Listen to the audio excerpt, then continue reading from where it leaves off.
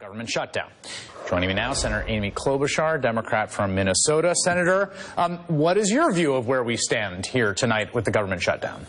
Well, first, when I hear that story, I think that maybe he forgot Harry Truman's famous words, "The buck stops here," and that he is accountable for this and has responsibility. And what I've seen missing from his speech, from his tweets, are the real people that are affected by this. You look at the dairy farmers in Minnesota, just got the new farm bill passed, need help, may have to close down their dairy farms, but now the USDA is closed down. You look at what's happened with people who are going to have problems with their mortgages, who can't pay the bills, those security officers in the airports who are now going to be working without pay. Those are the real people affected by this shutdown.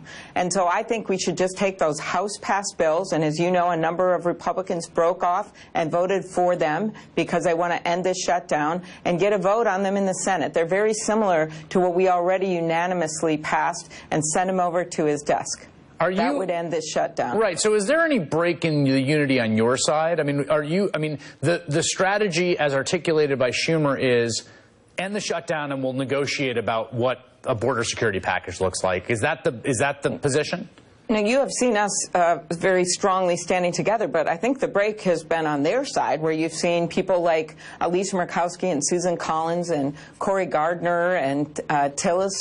They have started to say, look, let's just end this shutdown. So you've started to see that. But I think for those workers who he is not talking about, American leadership, where at the same time he shut down NASA, the Chinese landed a spacecraft on the dark side of the moon for the first time. This is just wrong for American leadership and for the people of our country. I want to switch gears slightly to talk about your role on the Senate Judiciary Committee, because you will be having these very important hearings on the man that we were just discussing, William Barr, the president's nominee to be Attorney General. Have you been able to meet with Mr. Barr so far in your role on that committee? No, Chris, and this is a first for me because we did request a meeting. Of course, this was called at the last minute, the hearing for next week. And I have always met with major cabinet members under both the Obama administration as well as the Trump administration. I mean, I have met with the head of the Botanical Garden, who's not on the cabinet, of course. I have met with the nominee for the Patent Office, Chris. But we can't have a meeting with the nominee for one of the most important cabinet positions while this Mueller investigation is going on before the hearing.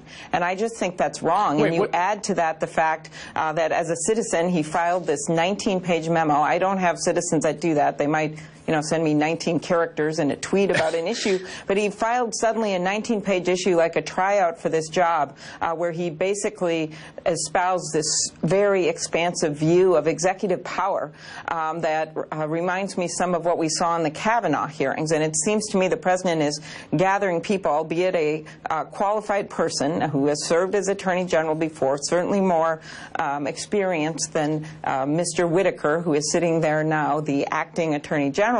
But you have some real issues here that we're going to have to question him about under oath. I just want to make sure I understand what you're saying here. Did they just tell you, no, you can't meet him?